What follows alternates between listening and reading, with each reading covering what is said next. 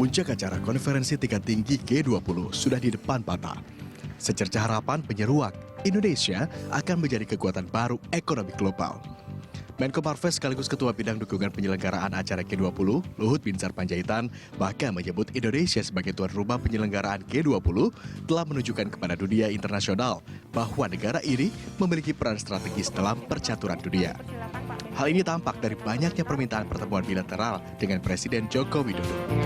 Sebagai negara yang besar, kita yakin bahwa Indonesia akan menjadi salah satu kekuatan baru ekonomi dunia. Kita melihat ada harapan baru dengan dipegangnya presidensi G20 Indonesia.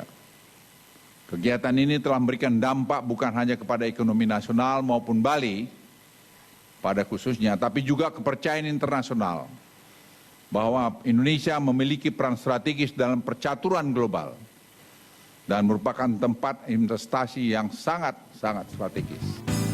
Kontribusi gelaran G20 diperkirakan mencapai 533 juta US dollar atau sekitar 7,5 triliun rupiah terhadap produk domestik bruto.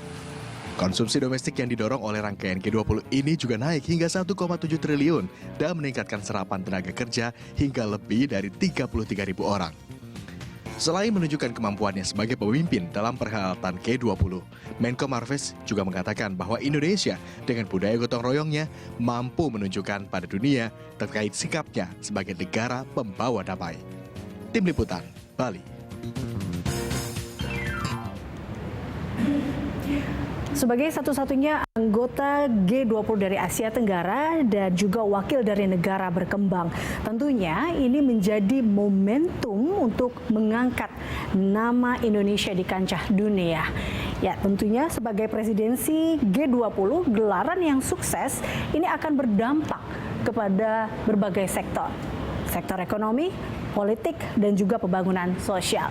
Lantas manfaat apa yang akan kita dapatkan atau manfaat KTT G20 untuk Indonesia ini, kita akan membahas ya bersama dengan Prof. Hikmahanto Juwono, pakar hukum internasional UI, dan juga ada Mbak Nur Komaria, peneliti Indef. Terima kasih Prof. Hik dan juga Mbak Ria telah bergabung bersama kami. Melalui sambungan telekonferensi juga telah bergabung bersama kami ada Iputu Winastra, Ketua DPD Asita Bali. Terima kasih Pak Putu telah bergabung bersama kami dari Bali. Saya mungkin ke Mbak Ria dulu. Ini cukup menarik ketika kita membacakan tadi, mendengar bahwa ini kekuatan baru ekonomi. Tidak hanya di Bali saja, tapi ini bisa di seluruh, ya, artinya nasional. Dan memang menariknya adalah dikatakan bahwa KTT ini sekitar 7,5 triliun rupiah berkontribusi terhadap PDB. Memang kalau kita lihat dari dua kuartal ini cukup menarik ya. Kita lihat yang kuartal 3 cukup impresif, ada 5,72%. Catatan Anda? Ya, memang ini tentu saja menjadi momentum ya Mbak ya untuk ekonomi kita, terutama ini Mbak Ria boleh lebih bersemangat nih suaranya. Karena ini kita semangat banget G20 nih. Seiring dengan kita tahu bahwa sebelumnya kita dihantam COVID, kemudian ada banyak sekali dinamika Ukraine and Russia war gitu ya. Jadi ini benar-benar jadi momentum bangkitnya ekonomi, terutama di beberapa sektor misalkan seperti pariwisata, dan juga ini juga menjadi dorongan untuk UMKM ya Mbak ya, untuk mereka lebih resilience ke depannya. Dan ini juga jika dilihat dari ketenaga kerjaannya, ini juga serapannya juga terbilang cukup besar ya, itu 33.000 gitu. Nah, kemudian juga salah satu prioritas dari G20 ini adalah untuk transformasi digital gitu, yang pastinya juga mengakselerate ekonomi ke depannya. Tapi Anda memang melihat bahwa G20 ini begitu menyokong besar atau sektor yang paling memang mendorong hingga akhirnya kalau kita lihat tadi kontribusinya cukup besar pada PDB kita tahun ini? Iya, tahun ini cukup besar ya Mbak ya. Peningkatannya tadi sekitar 1,7 triliun ya. Nah, yang terbesarnya di sektor transportasi. Transportasi, gitu. Oke. Nah, jadi udah mulai bangkit ini Mbak. Jadi nggak ada tuh isu-isu Garuda bakal selesai, itu masih hening nih. Nah, oke, Mas Hening, ini cukup menarik. Nanti kita akan bahas terkait dengan bagaimana apakah Garuda akan selamat di 2023 juga. Tapi sebelum ke Prof. Hik, saya mungkin ke Pak Putu. Pak Putu, ini tadi ya, kalau dikatakan juga oleh Mbak Ria bahwa memang sektor hospitality business ini di Bali kan sebelumnya berhenti pada saat COVID-19. Seberapa besar memang KTT G20 ini menghidupkan kembali sektor ini? Terima kasih Mbak Elisa, salam sehat dari Bali. KTT G20 ini memberikan energi baru kepada Bali sebagai sebuah destinasi yang kemudian mendapatkan exposure yang sangat luar biasa kepada Bali khususnya sebagai destinasi internasional, di mana energi yang membawa orang ke G20 ini kan sangat luar biasa. Itu kita berbicara branding dulu. Kemudian dari segi ekonomi tentu apa yang disampaikan bahwa G20 ini memberikan masukan GDP sampai 7,5 triliun sangat luar biasa. Memang faktanya sekarang hotel-hotel yang ada di selatan Bali ini sudah penuh, Mbak. Jadi ya karena apa? Karena memang konsentrasi daripada G20 ini ada di bagian selatan. Tapi buat kami tidak masalah, walaupun di beberapa tempat seperti di Ubud, di Singaraja, di timur dan di barat, di Bangli, masih tidak signifikan. Buat kami tidak masalah, tetapi yang terpenting bagaimana exposure daripada G20 ini memberikan manfaat terhadap branding Bali di masa yang akan datang.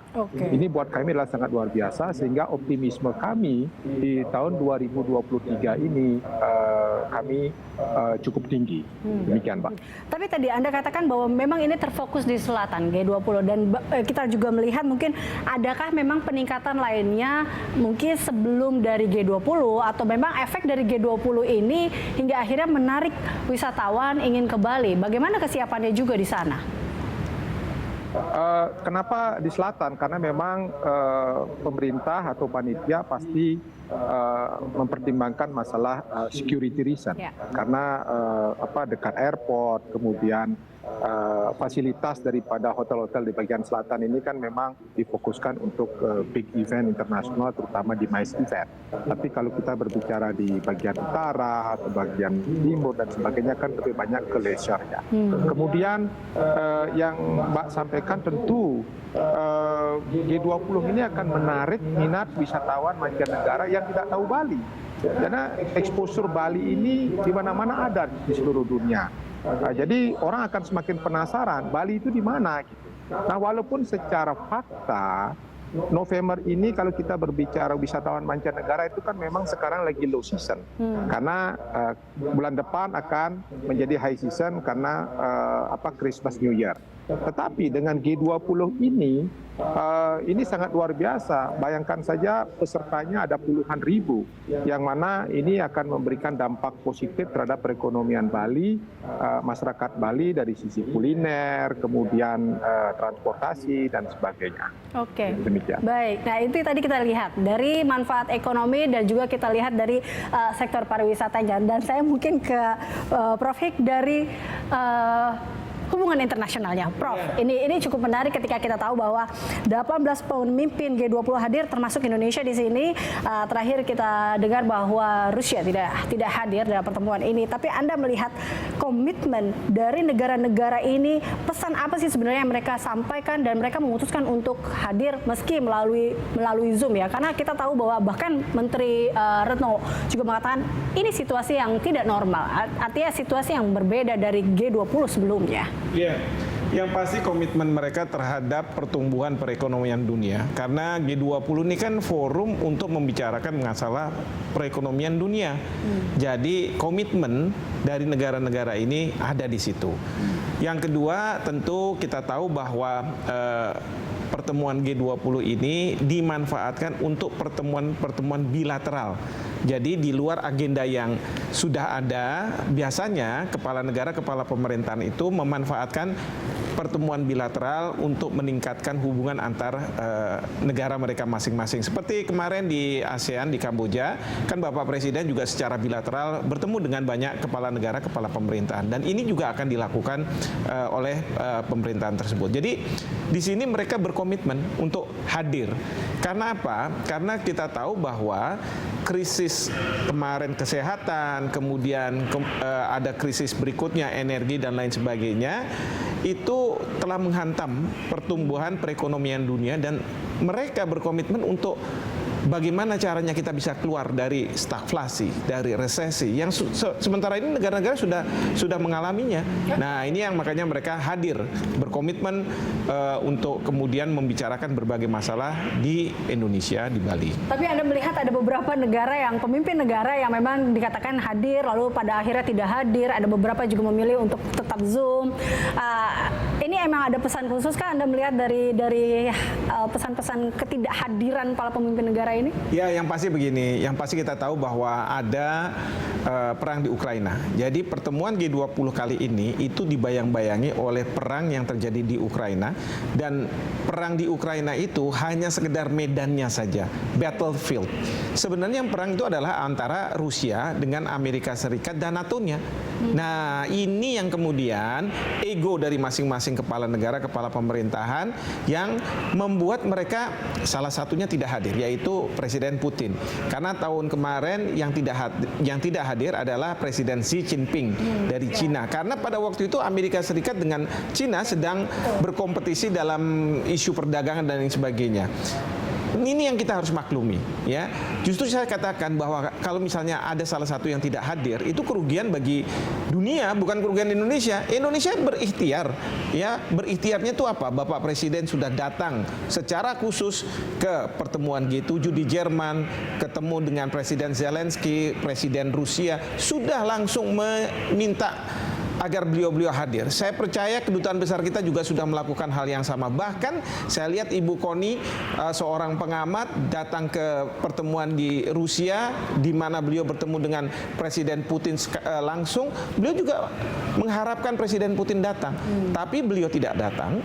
Ya, itu adalah keputusan yang kita harus hormati. Karena ini kedaulatan suatu negara. Nggak bisa kita Indonesia memaksa-maksa negara lain. Kita pun nggak mau kalau dipaksa-paksa. Kita lihat bahwa hal yang sudah kita lakukan itu yang akhirnya membuat dunia percaya terhadap Indonesia dengan menjadi tuan rumah presidensi G20 seperti itu ya. Tadi kan kita bilang cukup menarik kepercayaan dunia. Kalau soal tuan rumah, sebenarnya tuan rumah tahun ini harusnya India.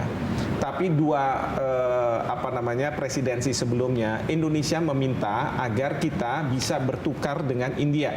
Tapi pada waktu itu kita tidak pernah berpikir soal Ukraina karena memang belum ada. Betul. Jadi ini bukan sesuatu yang. Tapi paling tidak ini meyakinkan dunia bahwa Indonesia sebenarnya mau semuanya untuk hadir. Seperti itu kan sebenarnya. Oh iya, Indonesia berikhtiar besar karena begini, pertumbuhan perekonomian dunia ini tidak akan terjadi kalau perang di Ukraina tidak selesai. Itu yang menjadi bottleneck yang kita hadapi, dunia hadapi, dan Indonesia berkomitmen bagaimana caranya supaya kepala negara, kepala pemerintahan yang saling bertikai, saling berkonflik itu hadir sampai last minute. Sampai beliau-beliau mengatakan, ada yang mengatakan ya saya hadir, tapi ada juga yang mengatakan saya tidak bisa hadir. Nah, tapi kan Indonesia sudah berikhtiar. Jadi kalau menurut saya tidak fair kalau misalnya kemudian rakyat kita sendiri mengatakan bahwa pemerintah itu gagal. Tidak ada istilah gagal.